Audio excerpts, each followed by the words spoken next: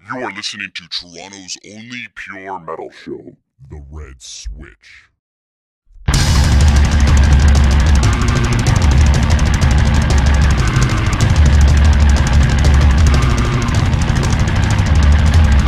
Why have you not chosen?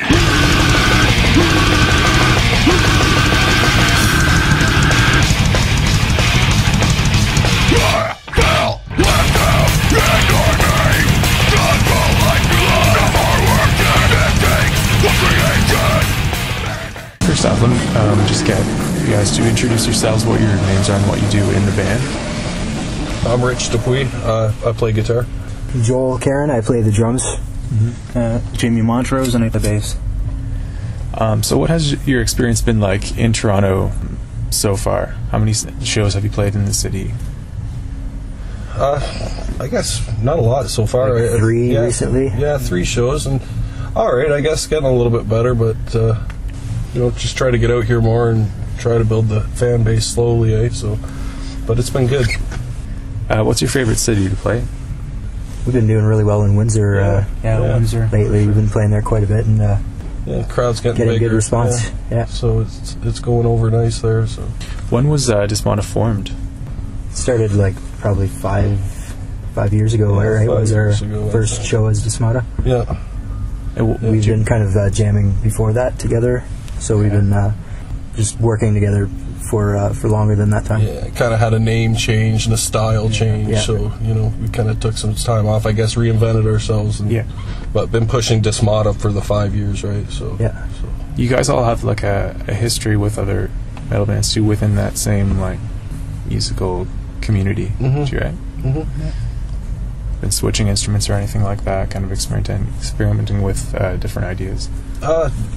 Not us, really. I mean, it's just, I guess, pushing it musically on our own. So how long have you been plugged into the underground metal circuit? Jeez, I'd say for most of us, probably 14 years. Yeah. Gates Rage, definitely. 1995.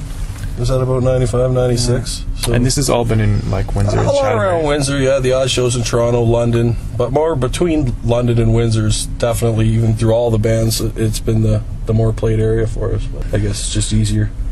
So you've been around and you've experienced the same thing for a while. How would you describe the shift between the old like musical area in the Windsor area to what it is now? Do you think it's been moving in the right direction?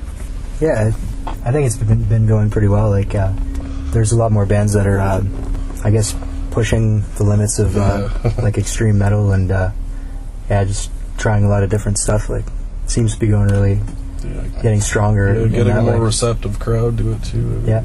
What kind do you see more? Like, do you see more of a movement with like tech metal or other subgenres like grind or speed metal, or is it more like death? There's a bit of new metal influences in there. What have you seen most? Most out there. There's a lot of different stuff. I mean, there's some of everything, I guess.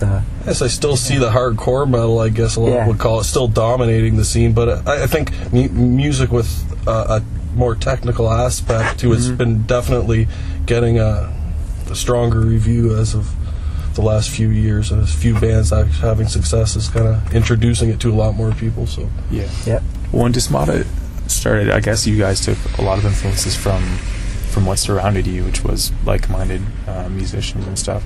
So what was like your mission statement from the very beginning? What did you want to do with this band, and where did you want to take it?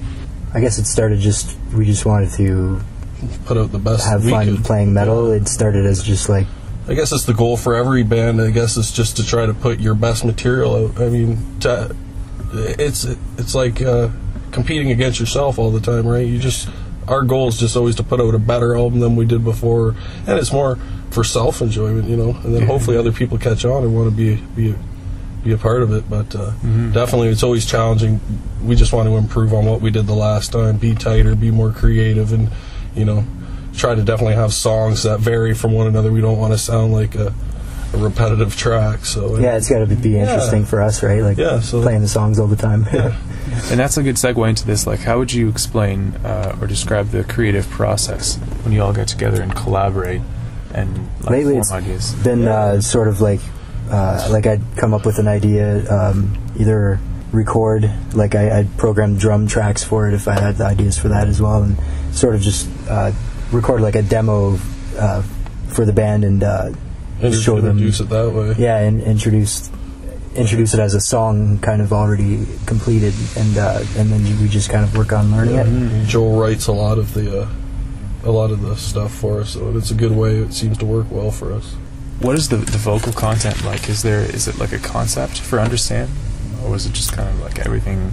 Lyrically, it wasn't really tied into all of the artwork and stuff in the different segments of like the orchestra stuff and samples. Like the lyrics are kind of like each song has a different subject. So, but as far as like the different sounds, like at the beginning and in the middle of the CD, there's like sort of a horror movie kind of thing going on, and like that's why we have the whole artwork with the, like it's kind of a horror influenced artwork and stuff. But yeah, we kind of decided on that later on after having written the songs for the album. More of a small theme, I guess, in there through the samples and the album cover tie-in and the album individual songs kind of just accent different moods. But lyrically, it kind of does have, I guess, horror influence in each one, even though they have different subjects. I noticed even with the opening track, it was like a really creepy sound with that. I think it was like a xylophone or something I was hearing. Yeah. That was good. Glockenspiel or something like that. Glockenspiel. I think that's what it is. How was the recording for Understand? Was it a smooth process? Was there a lot of experimentation in the studio? Yeah, there was but it was a long process. It was we did experiment a lot with trying to find the right tones and find the right sounds and stuff. And an extra long process for what everyone else experiences, independent band and trying to fund it. So trying to do as minimal out of our pockets and let the music pay for itself is kind of what we've been doing. And so it kind of took a while, but it allowed us to become tighter in the meantime and kind of prepare for it more too as we worked on it. So you guys are writing now, right? You're writing the new material. Yeah. So what is it that we can expect without giving too much away?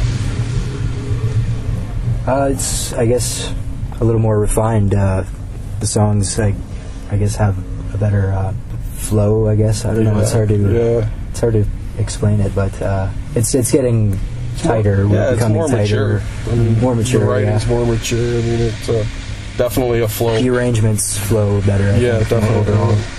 And just same thing. More creative sounds. I mean, songs that don't sound the same and have a little different thing to offer, and that's always a goal. So. And we're kind of like pushing our own playing techniques, I guess, like ways. Yeah, the ways that we play our stuff. Like I'm kind of trying to always better my technique, and so that's what the next release will bring. It'll just be a little bit tighter and smoother, I guess. Very aggressive. Yeah. Well, some might say it could quite possibly be a quantum leap from Understand, though I can't really imagine how it could be. It's a really, really heavy album. Yeah. Well, this next one's we're gonna take another step in that. So I mean, I'd look for a heavier, more aggressive album coming out. Right on. And we'd like to introduce more of like sample kind of stuff with our music if we can get that if we can get that to work live, which we plan on doing.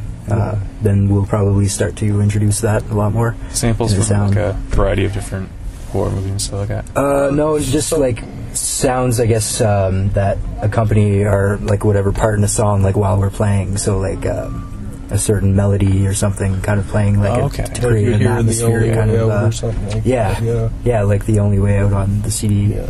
Like anything you hear on the CD that goes on while we're playing, it will be live. And I mean, once we get it, and then it'll allow us to do a little bit more and broaden out from that. So. Yeah, that totally adds to the effect of the album, especially live too. That would be really interesting. That's all I had, unless there's something you guys.